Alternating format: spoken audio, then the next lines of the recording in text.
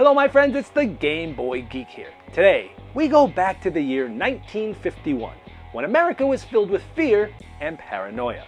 The threat of a communist infiltration was at an all-time high, and red panic was everywhere. It's up to you, the patriots of the FBI, to deport those furthering the Soviets' agenda while exonerating fellow patriots. But some of you will secretly be trying to further the Soviets' agenda while deporting patriots. To do so, some of you will be wearing red filtered glasses.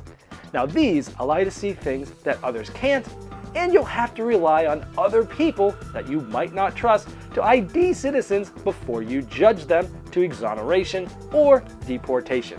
Today, we're taking a look at Red Scare from Pandasaurus Games. It's a 4 to 10 player social deduction game, and I'm going to be doing a rule school where I teach you how to set up and play the game so that you don't have to read the rulebook yourself. Now if you'd like to jump to a certain section, I've placed timestamps just below me and you can get to where you'd like to go. But without further ado, let's get started.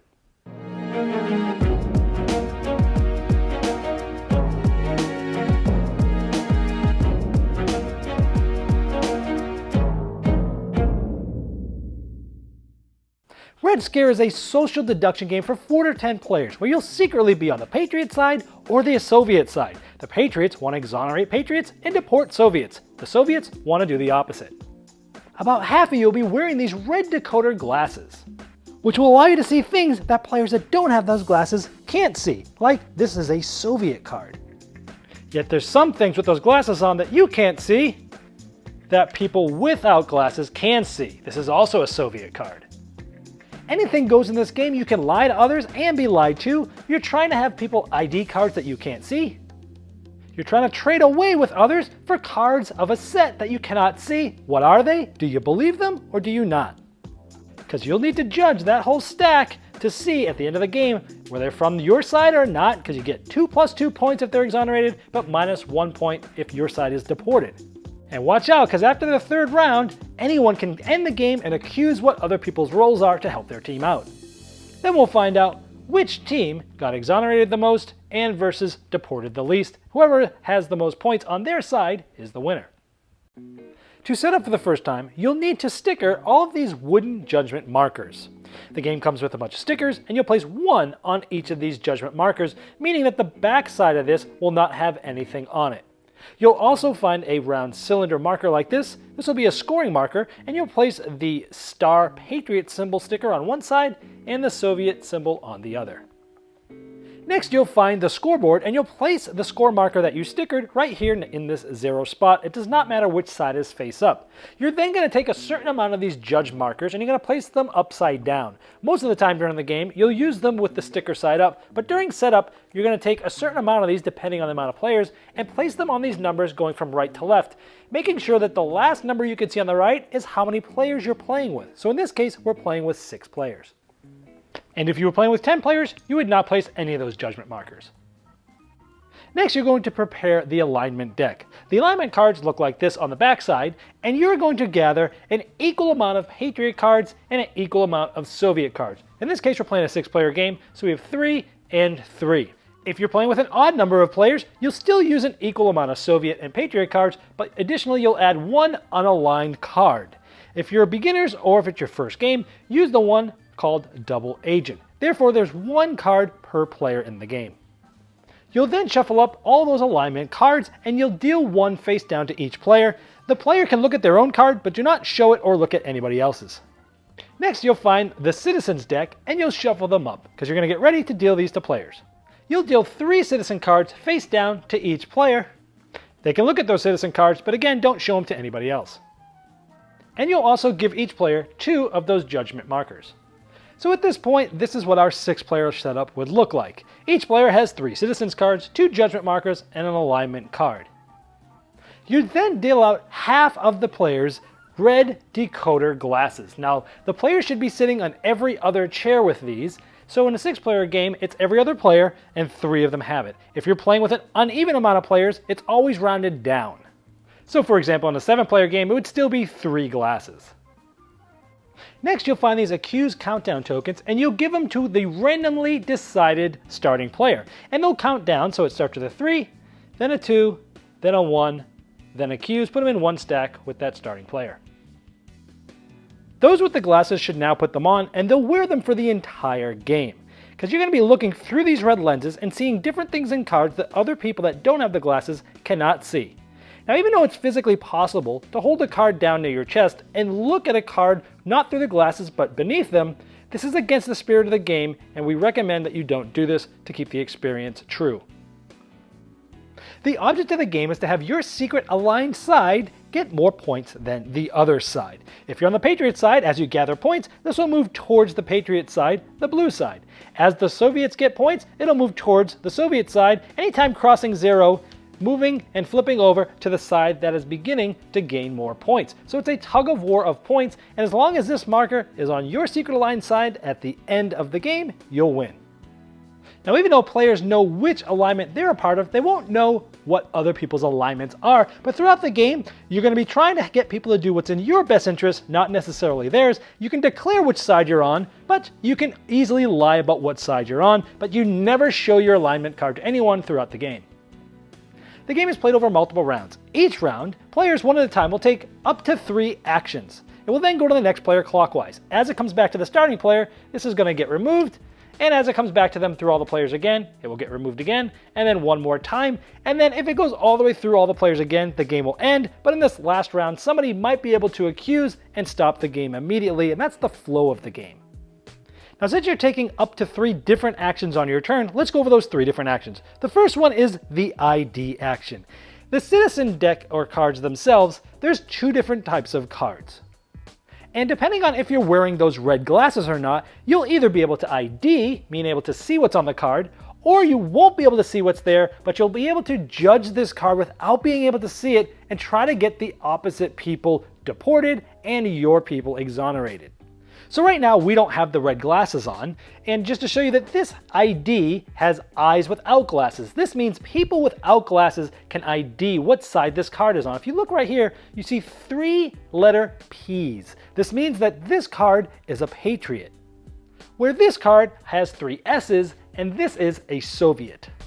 Now notice what happens, only people without glasses can see this, because if you put glasses on, you will no longer be able to see it. It's just black. So you, if you're wearing glasses, cannot tell what that is, but if you're not wearing glasses, you know it's a Soviet, and that's why just the people without glasses can ID this. It's also why, where it says judge here, it has red glasses with X's, meaning that the red glass players cannot see what's on this card, hence the X's. And on each card, you're either going to be able to ID it or judge it, never both, depending if you have glasses or not. In this case, the people without glasses can see, but they cannot judge this card. The players with the red glasses cannot see it, but they can judge this card. Now, if we look at the other card, this is the other type. Remember, there's only 2 types of these citizen cards. It's the exact opposite. So the judge has to be the players without the glasses, meaning, and they can't see it. The players with the red glasses can ID. Notice the glasses do not have the red X's. I mean, essentially, when you're looking at the card, whether you have glasses or not, you should be able to tell whether you can ID it by seeing it with the red or not being able to see it, and vice versa. Now, if you look here on the bottom left, you actually see the word Patriot, but you'll also see different things written in different spots. You see up to the top there, it says Soviet Patriot. It almost starts to say certain things. On the bottom right there, it says Soviet Patriot, and then it says Patriot Soviet. So there's only going to be one word written correctly, and that's the one. So you'll want to look at the card carefully when you have these red glasses to see right there in the middle of the glasses, you'll see Patriot. So this card is a Patriot.